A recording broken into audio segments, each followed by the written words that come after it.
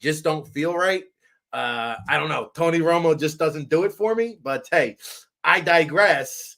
And our next guest, good friend of the show, Bill Huber, PackersCentralSI.com, joining us here, making his Football Playbook debut. Good morning, Bill. How are you today? I'm good. How are you doing, Rick? I'm doing good, man. Appreciate the time. Looking well out there, getting ready for the holidays, I hope. And, wanted to talk about the Green Bay Packers.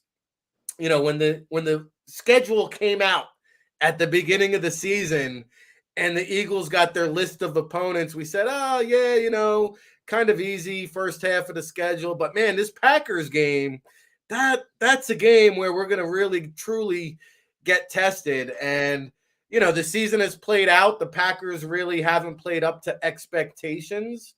And I've got to ask, what's happening in Tinseltown? They traded Devontae Adams, Rick. I mean, I don't want to oversimplify things, but he's one of the best players in football, and they got rid of him.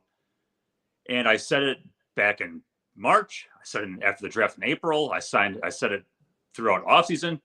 When push comes to shove on 3rd and 10, who's going to get open? And the answer to this point is nobody.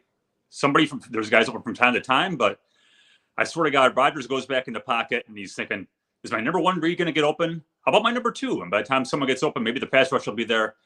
So I think that is a starting point of everything. Yeah, and, they're trying to hold on to the days of yesteryear with guys like Randall Cobb and, Alan Lazard, good player. I'm not sure he's truly a number one. But let me ask you this, Bill, because they did try to at least offset the loss with Romeo Doubs and Christian Watson. And is it not accurate, though? Like Aaron Rodgers this offseason, he wasn't calling up the rookies like, yo, why don't you come over? We'll get some reps in. He was down like doing hallucinogens over on some crazy islands. No, that's true. And what Rodgers said at the time, and I do think there's some logic to this. The rookie receivers, they needed to learn the offense first. Did Aaron Rodgers need to be there for them to learn the offense? Probably not, right? Because Rodgers, and this is, I'm sure this is true for every quarterback, but what Rodgers has said forever is there's two offenses. There's the playbook offense, and there's the one that we run on Sundays. And I'm sure it's true for every veteran quarterback because there's an offense that looks great on the iPad, but you got to counter what the defense is going to do. You got to be able to go with the quarterback's adjustments. I'm sure it's true for Stafford and everybody else in the world. So I don't know that was a big deal. In retrospect, could it have hurt? I mean, certainly not. But I don't think it was a big deal adding up to where they are now. I don't know. I mean, I always hear these stories about Tom Brady. He stays an hour after practice and rides the rookies hard. He makes sure they know where to go, where they line up. And yet here's Rodgers. He's got gripes about guys not knowing where they're supposed to be. They don't know the playbook. And like, instead of handling that behind closed doors, he's out on the Pat McAfee show calling these guys out. But let me ask you. Yeah, I don't know about that though, Rick. I mean, Lafleur's called him out in press conferences before that. So I don't think that was any big deal. I mean, I'm sure he called him out behind closed doors too. But I mean, Lafleur would go up there too talking about the details and guys need to be in the right place at the right time. And I don't think it was any breaking news that Rodgers called those guys out. Hell, the head coach did it too. Okay. No, well, I appreciate that perspective because we're on the outside looking in. From a national perspective here in Philadelphia, it looks a little, whoa, okay. Well, so then let me ask you this. Are they communicating through the media? Because my understanding, again, this is an outsider perspective. You're there every day. You tell us. I'm hearing that Lafleur wants more motion, more movement. He wants Rodgers under center more to help the play action. And I'm hearing Rodgers doesn't want to do all that. And so Lafleur is kind of giving in to Rodgers. Is there a power struggle or dare I say a schism inside the Packers locker room here? Yeah, I don't know about that, Rick. Look, it's two guys who have things that they want to do. I mean, I think you got to meet in the middle, right? I mean, I remember Lafleur came in here in 2019 and called it a partnership with them. So I do think they have to meet in the middle on some things. And I think Rodgers' broken thumb has had something to do with that. Lafleur said a bunch of times, too, that some of their best running plays have come out of shotgun, too. So as much as the play action, or excuse me, as much as the under center stuff might help with play action, you can certainly do play action out of shotgun, and some of their best runs have been out of shotguns. So they're just trying to meet in the middle. I mean, it certainly hasn't looked good, and I think it just comes back again to everything works out, Rick, when you got to have guys who you can trust to get open every down. And I think these rookies are going to get there in time, and Christian Watson has certainly showed it. I just think it's kind of, you get off to a slow start and frustration builds. They're going to get there in time, and we're talking to Bill Huber, PackersCentralSI.com. Will they get there soon enough for the Packers to make a run here this season? This is such a storied organization. I find it hard to believe that they're just going to pack it in, pardon the pun, but throw in the towel here. I have to imagine they believe they still got a shot here for the playoffs, but how realistic is it, do you think? Well, for public consumption, they say. Rodgers said after the game on Thursday that they can go 6-0, and he was asked, why do you think that? Because it seems preposterous. And look, maybe that's just the quarterback saying what he's got to say and the head coach saying what he's got to say. When you play on Thursday, you've had Friday, Saturday, and Sunday to stew over things. I mean, they know they're done, right? I mean, they're in 11th place. They are 2.5 games, I think, behind the 49ers for the last spot. I mean, can they win out? I mean, I'd say stranger things have happened, but maybe not. I mean, they're in dire straits here. So they'll play to win, I think, here against Philly. It'll be interesting, though. Again, they've played hard all these games, right? I mean, they haven't thrown the towel. It'll be interesting to see after 3 days to ponder things and to look at their fate in the standings. Will they come out and play hard against the Eagles on Sunday? I assume they will. Now, if they fall behind 14-0, will they continue playing hard? That's the great mystery. These guys have not been in this position since McCarthy in 2018. Well, it brings up my next question, which is fascinating because you just said it. We know they're out of it. I know they're out of it. You know it. The Packers probably deep down inside after they lose this Sunday, I hate to say it, probably know they're out of it. And they probably would have to run the table even to get to 10 wins. They probably do have to go 6-0 to make the playoffs. So let me ask you this then, Bill. At what point do they give Jordan Love a little test run and try out the new Chevy? I mean, find out what you have. I mean, it feels like he's been keeping the bench warm for the past 3 years. Is there a possibility that we see Jordan Love at the end of the season here? Yeah, probably. It's certainly hard to bench the 4-time MVP, right? I get that. Here's the question, though, Rick. And I got this from a bunch of people. Don't they have to play Jordan Love to find out what they've got? I talked to 3 executives a couple of weeks ago, and they all said no, they don't need to play him because he's been there for 3 years. He goes against the number 1 defense every single day of practice. He's had preseason games. He's started against the Chiefs. He played against the Lions. 3 years, sir. They know what they've got. Now, there might be various degrees of. He might be a C-plus quarterback to think, and maybe he's a B-minus. Maybe you got to figure out just how good or bad he's going to be. But they know he's been here long enough. That being said, Rodgers has an injured thumb. If they are, say, after the bye or after they get out of the bye, let's say they're 4-8. Let's say they lose to Philly and beat Chicago. They're 4-8 or 5-7 or whatever. Does Rodgers want? Maybe if you're Goody and Lafleur, you have a conversation. Hey, do you want to play in this? I mean, do you want to see it out, or maybe it's just best for everybody to start anew? So that'll be an interesting conversation. But do they need to play Jordan Love? Based on people who know a hell of a lot more than I do, Rick, they say no because they probably know already. Good or bad, I'm not saying he's bad. When I wrote that story, people said that people misconstrued it thinking that he's bad. They might think he's really good. I don't know. But I would think they know one way or the other. But I would think that they thought they knew when they were in the same situation about 20 years ago with Aaron Rodgers. He sat a couple years behind Brett Favre. They did know, yeah.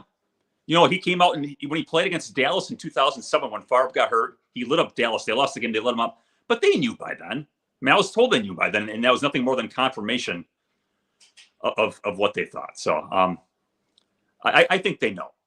Okay. Well, I think it's interesting because it does open up a can of worms. If they throw Love in there and he rallies the troops and wins, 4 out of 5 games down the stretch, suddenly maybe this team is moving on from Aaron Rodgers, but that's a story for the offseason. I want to hunker down and get into this primetime affair, Sunday Night Football, Packers, Eagles. We've got winter weather is on the horizon. This, weather is probably going to be down there and frigid, and the Packers certainly know how to ground and pound the football. And I'm sure they've taken notes here over the last couple weeks now.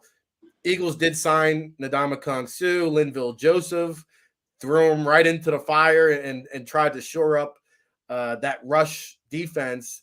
Now, otherwise, they've been getting gashed on the ground all season long. You mentioned Rodgers with the thumb. Are the Packers going to come in here and look to just take it to them on the run game, or what do you see this match? Yeah, I would think so. A couple weeks ago when they played Dallas, it's kind of interesting that Dallas is good against the pass and terrible against the run. That's kind of where Philly is, right? I mean, they're unbelievable against the pass. The pass rush is great. They are pretty soft against the run. Now, they did shut down Jonathan Taylor after the first series last week, I saw. But I do think they'll try to replicate that Dallas playbook to some extent of running a bunch of Aaron Jones, running a bunch of A.J. Dillon, hopefully get some success off that, get some play action and some easy completions. It worked like a charm against Dallas. We'll see against Philly. But, I mean, that has to be the approach. I mean, I do think Christian Watson's going to be a hell of a player. And you mentioned Lazard. I think he's a pretty decent player. But do you take those two guys at this stage of their career against Bradbury and Slay and that pass rush? Probably not, right? So, yeah, I think you got to run the ball and try to set up some easy passes and some big play passes that way. No, you're right. When you put it that way, it's a tough assignment for those Packers receivers. I guess the Eagles do hold an advantage there. Let me ask you this then, because I know that there's some pretty good running back tandems around the league. Dallas is a pretty good one. We saw the Packers, I feel like. The Lions, I think, have an underrated 1-2 punch in the backfield. Now, I'm not a keen observer of the Packers. I know they use kind of a committee approach. What is the touch distribution like between, like, Aaron Jones, to me, just last year, I think it was like an MVP candidate, but this A.J. Dillon is just so effective, especially in the short yardage. What's the ratio there, Bill, with the backfield by committee? Yeah, probably about 2-1 for Jones. I mean, Jones is just so much more explosive than Dillon, and these guys are just starved for big plays. And, A.J. Dillon is, 3 yards in a cloud of dust, and Aaron Jones is 3 yards, and maybe someone misses and gains 20. He is legit one of the great players in this league. If you look at the all-time yards per carry, I'm talking like all-time, man. He's up there with like some Jim Brown and Gale Sayers and Nick Chubb among the modern guys. He is a 5 yards per carry kind of guy. He is really, really good. Yeah, out of UTEP, I believe, right? Yep. Wow, I didn't realize his yards per carry was up there with some of the all-time greats. He is an impressive physical running back, probably one of the more underrated players in the National Football League. Yeah, for sure. You hide. You're stuck behind Aaron Jones or Aaron Rodgers. Excuse me. That's kind of the way it is. Yeah, but he's the other Aaron. Right. Yeah, he's the other Aaron. But I mean, he's been a high yards per carry kind of guy his whole career. He catches the ball well. He blocks well. I mean, he really is a 3-down kind of guy. Yeah, and there's only one Bill Huber. We're lucky to have him here on the Football Playbook, PackerCentralSI.com. Make sure you check them out. They're flowing with great content over there. Let's talk a little defense. My Jersey guy, Rashawn Gary, I saw a couple weeks back. Looked like he suffered a pretty serious injury, Bill. Is he out for the season, or what's the injury updates with this Packers team right now? Yeah, torn ACL for Gary, so he's out, and they'd be pretty fortunate to get him back for week 1 of next season based on the timing of the injury, and maybe a little bit more significant than your garden variety ACL. So he's out for the year. When they had Rashawn Gary and Preston Smith, that's a really good outside linebacker combination. Now it's Preston Smith and Kingsley and Agberry, who's a 5th-round pick who pretty well coming out of college, Rick. He's done pretty well. In the first 5 games, he did absolutely nothing. The last 6 games, he's got 2 sacks, 4 or 5 TFLs, a bunch of pressure. So he's a pretty good player. He's not Rashawn Gary, who's legit one of the top 5 or 6 guys at the position, probably. But they'll try to get by with it. I mean, they've got no depth behind those 2 guys. Jonathan Garvin's kind of okay, and they've been going with the practice squad guy. Ladarius Hamlin is their number 4. So really no depth whatsoever behind Smith and Agberry. Yeah, and I got to say, I've been following Rashawn Gary from afar. People kind of question where he would be utilized at the next level, and man, what a tremendous talent this guy can line up at so many different positions. Another guy who was training down here in Jersey, and I had a chance to spend a lot of time and be around him leading up to the draft. He winded up going in first round with Gary, was Darnell Savage, but I haven't heard his name. Is he also hurt? No, he's playing. He's just not playing very well. Okay. It's amazing. Everybody talks about you draft these guys and then you hope for whatever they do year 1, you're going to get the big year 2 jump. And for the most part, that happens. And Darnell Savage is kind of in the opposite. He was really impressive year 1, had a pretty good year 2, and he's just kind of gone the wrong direction. He's takes some bait in passing game wise, misses too many tackles. They put him in the slot the last 2 weeks to try to help out there. Maybe they feel pretty good about Rudy Ford as their next man up at safety, but I think just kind of Savage's career. I mean, it was kind of going the wrong way. Not that he was bad, but just kind of had stagnated there. So he's been playing some in the slot. Had a pretty big coverage bust last week against the Titans. But he's an athletic guy. Has made some plays. I think they're kind of disappointed, though, at this point where he's at. They've already paid for or already triggered his 5th-year option, too, so they're on the hook for quite a bit of money there.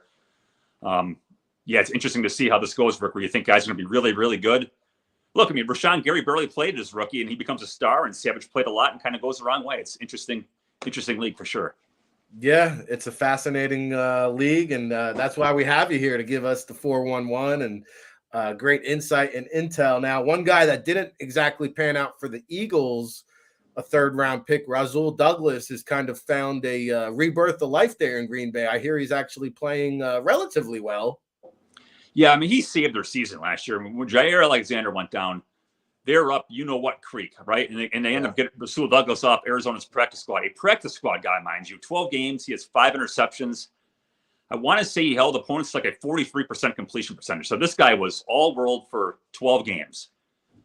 They signed him to a pretty decent contract this offseason. He started all year long. He was their slot guy for the first 9 games. Now they got Savage in that role. Man, he's got some sort of instincts. I mean, he hasn't been as good as he was last year, but he had an interception against the Titans on Thursday night where he's at the line of scrimmage. And all of a sudden, he just races back 10 yards in the coverage. Ryan Tannehill has absolutely no idea that Douglas is going to make this play. He makes this interception to kind of keep the Packers afloat. Great ball skills, good tackler, smart guy. I mean, he's everything the Eagles thought they probably had and never got. It's interesting how, he goes from the Eagles. He played for Carolina. He spent training camp with the Raiders and the Panthers, I want to say, last year. And Green Bay gets him up a practice squad and they get a real star. So he hasn't been as good as last year, but he's a really solid starter. It's a feel-good story, really. I mean, it's his 6th team in as many years, and I think he's finally found a home. And, sometimes situation and coaching could just be the key ingredient for a player's success. And we're talking to Bill Huber here, Packer Central, Sports Illustrated. We'll get him out in a minute, but I got to ask you, Bill, prediction time. 2-part question. One, before we go, I do want to get your outsider perspective, and I say that as someone who's not around the Eagles every day, but what are your thoughts in terms of Jalen Hurts as a franchise quarterback? I'll ask you that first, and then we'll circle back and get a score prediction if we can. Yeah, he's really good. I mean, that's the way the league has gone, Rick. It's been forever and ever and ever. It was the big arm pocket passers, and if you could run, great. If you couldn't run, who gives a rep as long as you can sling it, right? And now Jalen Hurts is among this new wave kind of guys, and he's really good. He can do it all. I mean, he's a good runner. He can throw the deep ball. Seems to be, from the outside perspective, a really good leader.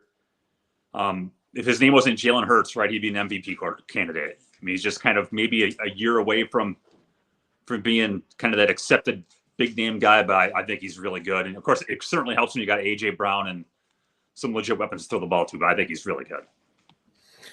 Yeah, up until this week, AJ Brown has kind of been a difference maker on that offense. And you need some talent around you. There's a lot of football left to be played. I don't think it's out of the realm to think that he can't stay in the mix for that MVP candidacy as long as the Eagles keep rattling off the W's, and the left-hand column is starting to add up. The Eagles going for their 10th victory of the season. They've already matched last year's win total under second-year coach Ric Serritella. Got this program trending in the right direction. 7 points or 6.5 points, I think, at last check.